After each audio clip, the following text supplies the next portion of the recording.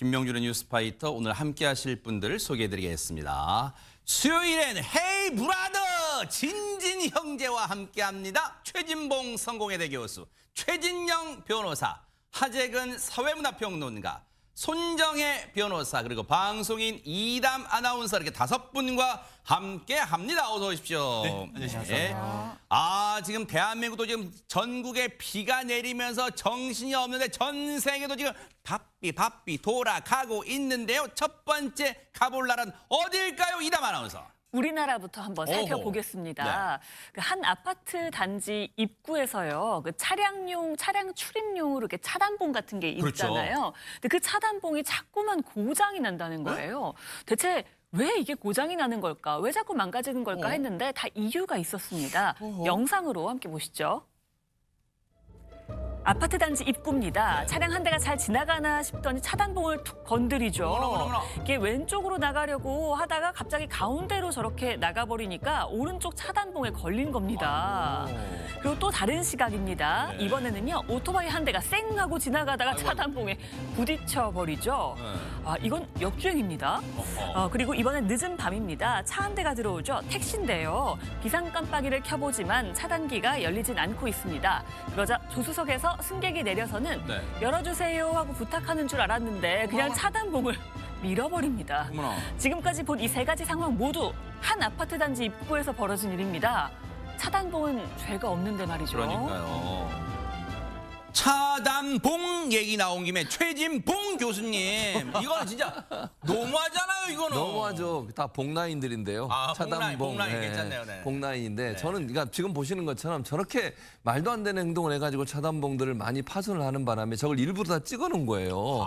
왜냐면 이게 수리비도 많이 들어갈 뿐 아파트 관리시오 입장에서는요, 근무하는 분들은 얼마나 힘들겠습니까. 그리고 이제 저렇게 부서져 있으면 주민들로부터 항의도 많이 들어오거든요. 그러네요. 고쳐달라고. 그러면 어차피 또 주민들이 낸 돈으로 관리비로 고쳐야 되니까 이런 것들 때문에 문제가 많이 된다고 볼 수 있을 것 같은데 사실은 조금 주의하고 자기 번호가 잘 인식해서 들어가게 하면 되는데 오토바이 같은 경우도 지금 너무 빨리 가다가 저렇게 된 거고 저것도 지금 누르고 호출하면 되거든요, 사실은. 그리고 오토바이 방 갔던 곳은 네네. 아까 이담 하나 설명했지만 거기는 들어오는 지금 곳이에요. 들어오는 곳이 예, 나갈 때 맞아요. 오른쪽에 있는 곳이잖아요, 오른쪽에. 그러니까요. 네. 그래서 저는 이런 부분도 저분도 마찬가지예요. 택시를 타고 왔으면 호출을 해서 열어달라고 얘기하면 열어주거든요. 몇 동에 몇 간다면. 해야 되잖아요. 근데 네. 그런 거 절대 전시키지 않는 이런 부분 때문에 피해는 고스란히 관리사무소뿐만 아니라 아파트 주민 전체에게 온다는 사실을 생각하시고 좀 차분하게 그리고 자기만 생각하지 말고 공동체를 생각하는 마음이 있었으면 좋겠습니다. 근데 최진영 변호사님, 해당 아파트 관리사무소 입장에서는 저 영상들을 모아놔서 뉴스파이터에 제보해야지 이런 목적만 있는 거 아닐 거 아니에요. 뭔가 저 영상을 모아둬서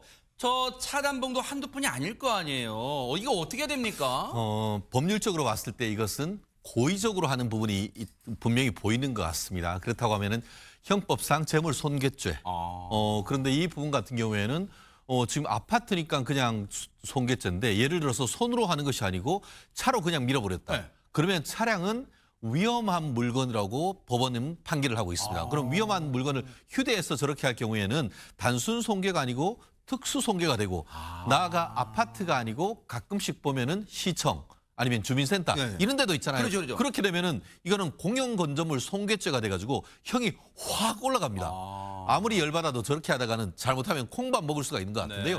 아마 지금 CCTV를 봤을 때 저런 부분은 결국 이 아파트 단지에서 입주자 대표회의에서 이 부분에 대해서 같은 입주민이니까 형사 고소까지 해야 되냐 이런 고민도 있을 텐데 심하면 형사 고소도 그렇죠. 생각해야 되는 것이 아닌가. 민사적으로 손해배상 청구 충분히 가능합니다. 왜냐하면 해당 아파트 관리사무소 측에서도 참는 데는 한계가 분명히 있을 수 있어요. 그러니까 이런 행동 하셨던 분들은 미리 가서 찾아가서 사과드리고 또 변상할 게 있으면 스스로 변상해야지 나중에 또 변을 당하지 않을까, 또 창피당하는 일이 없지 않을까 그런 생각 해봅니다. 자, 그런가 하면 이번 또 어느 나라로 가볼까요? 손정혜 변호사님. 바로 중국입니다. 중국의 4대 불교 명산이 있는데요. 오대산입니다. 하지만 이 오대산 사찰에서 좀 소란이 있었다고 하는데요. 같이 보시겠습니다. 뭘까요? 한 승려 모습 보이는데요. 공양대에 있는 한 물건이 있습니다. 바로 쌀을 집어 들어서 바깥으로 휙 던져버리는 영상인데요. 이 쌀 한 자루는 어느 노부부가 공약물로 들고 온 것이라고 합니다. 그런데 이걸 보고 소원을 이걸로 빌겠다는 거냐며 꾸짖었다고 하고요. 다시는 오지 말아라 이렇게 쌀 자루까지 집어 던진 상황입니다. 아니 하재근 평론가님 공양미란 얘기 나온 김에 그러면 옛날 심청이 그거 할 때 좀 공양미 300석은 뭐 갖고 와야 된다는 거예요. 뭐예요 이거 지금? 옛날 이야기 속에 심청이 신봉사나 300석이라는 게 정해져 있는 거지. 원래 종교에서 본질적으로는 사실은 공약물이 뭔지는 중요하지 않은 거지. 그게 공약미가 됐건 뭐가 됐건 마음을 표시하는 게 중요해. 정성을 표시하는 게 중요한 거지. 그게 꼭 공약미 몇 석이야 된다. 이건 중요한 게 아닌데 여기서 지금 결국 뭐 쌀은 너무 하찮다 이런 식으로 받아들인 거잖아요. 저기서 승려가 막 이렇게 막 꾸짖었다고 합니다. 노부부한테 마음이 정직하지 않은데 무슨 부처를 숭배하겠다는 건가. 오래된 쌀이라 냄새난다 이렇게 했다는 거예요. 아니 포장된 쌀이 무슨 냄새가 난다고 막 꾸짖었다고 합니다. 그 또 노부부가 뭐라 그랬냐면 형편이 여의치 않아서 더 값비싼 공약물을 못 가져왔다. 막 이렇게도 얘기를 했다는 거예요. 그러면서 땅바닥에 떨어진 쌀을 이렇게 주워서 쌀포대에 먼지를 툭툭 털어가지고 들고 쓸쓸히 내려갔다고 합니다. 그런데 그렇게 쓸쓸히 돌아가는 노부부의 뒤를 보면서 승려가 소리를 쳤다는 거예요. 창고는 이미 가득하니까 오래된 쌀은 필요가 없다라고 소리를 쳤다는 거예요. 아유, 세상에. 저 영상이 펴지면서 중국 현지에서 논란이 커진 겁니다. 그러니까 해당 사찰이 저거는 공약물이 잘못 놓인 것이 문제였다라고 하면서 그 소리친 승려는 사찰을 떠나서 고향으로 돌아갔다라고 해명을 했지만 논란은 가라앉지 않았다고 합니다.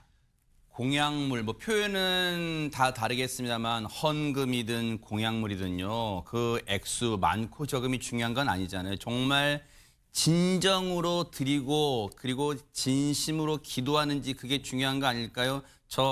이 해당 사찰은 앞으로는 더 저런 일이 없도록 그리고 많은 그 불교 신자들한테 또 사죄하는 마음도 가져야 될 것 같아요. 지켜보겠습니다. 그런가 하면 이번 또 어느 나라로 가볼까요? 이담 아나운서. 이번에 또 중국으로 가보겠습니다. 뭐 중국이든 어디든 뭐 우리나라도 마찬가지고요. 아기가 아프면 아기가 아픈 것도 마음이 아픈데 아기가 이제 약을 먹으려고 하면 약을 또 먹는 거 굉장히 힘들어하잖아요. 아하. 그래서 아기에게 약 먹이는 거 굉장히 힘들어하시는 부모들이 많은데요. 네. 중국에서도 한 부모가 아기가 약을 먹는 걸 너무 싫어해서 이걸 어떻게 해야지 하다가 묘수를 떠올렸다고 네? 합니다. 어떤 방법인지 많이들 궁금하실 묘수? 텐데요. 네. 영상 함께 보시죠. 네, 식탁에 가짜 약을 쏟는 엄마. 그 순간 아이의 부모가 갑자기 허겁지겁 이 약들을 먹기 시작합니다. 그 광경을 보는 아이는 눈이 동그래지죠. 심지어 아빠는 아기 손에 있던 약까지 뺏어서 먹었어요. 그러니까요, 이번엔 진짜 약을 내려놓자 아기가 들어서 입에다가 쏙 넣어버립니다.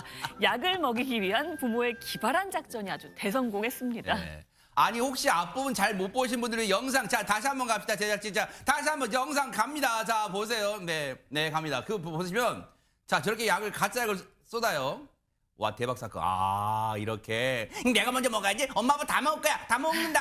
엄마 아빠 내 거는 막 눈이 휘둥그리는 거야. 아이고 너무 귀여운데 그랬더니 이젠 진짜 약 줬어요. 그랬더니 이번에는 안 뺏길 거예요 하고 등쳐 먹는 세상에. 손재민 변호사님. 부모의 아이디어가 기발한 거 그건 나중 일이고 애기가 왜 이렇게 귀엽습니까 세상에. 한 명의 천사의 표정이라고 말씀드리고 싶은데요. 네. 엄마 아빠가 막 허겁지겁 먹으면서 놀라면서도 입맛을 다시는 표정 너무나 귀여운 세상에. 표정인데 이 인터넷 댓글도 마찬가지의 표현들을 쓰고 있습니다. 그런데 아이가 이 일은 평생 모르길 바란다 이런 댓글도 눈에 띄더라고요. 귀여운 얼굴이 모든 걸 말해준다 이렇게도 하는데 네. 보통 아기 쓰다 보니까 아이들이 잘 안 먹고 맞아요. 울고 뱉고 이러거든요. 네. 아주 재치 있는 아이디어를 생각한 것 같습니다. 그래요. 아파서 약을 먹는 일이 없도록 앞으로는 저 아이 또 건강하고 행복하게 자랄 또 기대를 해볼게요. 그런가 하면 오늘 세계 여행의 종착지는 어딜까요? 하재근 평론가님. 프랑스입니다. 어허. 프랑스에서 현지 시각으로 어제 혁명 기념일을 맞이해서 대규모 군사행진을 하면서 국방력 과시에 나섰습니다. 또 굉장히 멋있는 행진 장면 와중에 네. 체면을 구기는 굴욕적인 실수 장면도 있었다고 네. 합니다. 한번 영상 보시겠습니다. 네. 이제 영상 속에서 장갑차에 올라타서 샹젤리제 거리를 이제 가로지르는 마크론 대통령과 국방참모총장의 모습이 보이는데 줄지어 행진하던 경비대 기병들 사이로 행렬에서 이탈한 말 한 마리가 나타납니다. 아이고. 기병 없이 홀로 자유롭게 걸어 다니는데 네. 여기서 끝이 아닙니다. 네. 또 다른 행렬에서는 어머머머. 말이 미끄러지니까 기병이 바닥에 곤두박질 치는 아찔한 상황도 발생했는데 어허. 이러한 굴욕적인 실수가 계속 발생했기 때문인지 네. 처음에는 환하게 웃던 마크롱 대통령의 표정이 점점 굳어졌다고 합니다.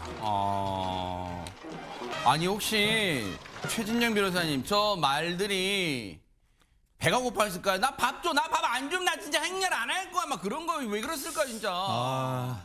에펠탑이 무너져 내립니다. 뭐 이런 얘기 있잖아요. 네. 옛날에 뭐 신문선 씨가 한일전에서 일본을 이기면 후지산이 무너져 내립니다 하는데 어떻게 보면은 기병은 프랑스의 상당히 상징적인 거잖아요. 그래요? 우리가 슈발리에 뭐 이런 얘기 자체가 어떻게 보면 기병, 중장 기병 이걸 얘기하는데 어떻게 보면 프랑스의 어떤 자존심의 상징인데 굉장히 많은 어떻게 보면 6천 명이 넘는 그 병력들을 동원을 해서 했는데 그중에 핵심이 저 같은 기병대의 행진 아니겠습니까? 네. 근데 거기에서 어떤 말은 혼자 뚫레뚫레 기병이 없이 가고 아이고. 또 한 명 같은 경우에는 거기에서 쓰러져 가지고 다행히 그래도 얼른 일어나서 말을 타는 그런 모습을 보였습니다만 네. 프랑스 자존심 강한 프랑스 영어도 안 쓴다고 하지 않습니까? 그런 분들이 저런 걸 보면서 아마 국가적 자존심을 좀 구겼다라고 생각하는데요. 그래도 네. 크게 다치지 않아서 다행이고 다만 저기 보니까 육군 사관 생도들도 이 칼을 탁 들고 척척척 가는데 사진을 찍힌다 보니까 귀에 피가 흐르고 있네요. 아이고.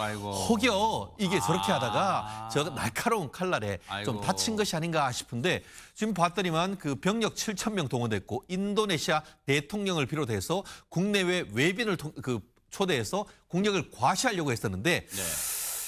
연달아 저런 모습에서 좀 체면을 구긴 것이 아닌가 그런 평가가 나온 것 같습니다. 그러니까요. 이제 물론 이제 혁명 기념일이라서 평소에도 훈련 또 저런 이 퍼레이드 훈련했겠지만 긴장하다 보면 참 예기치 않은 실수 그런 사고가 일어나는 법 같아요. 정말 조심해야겠습니다.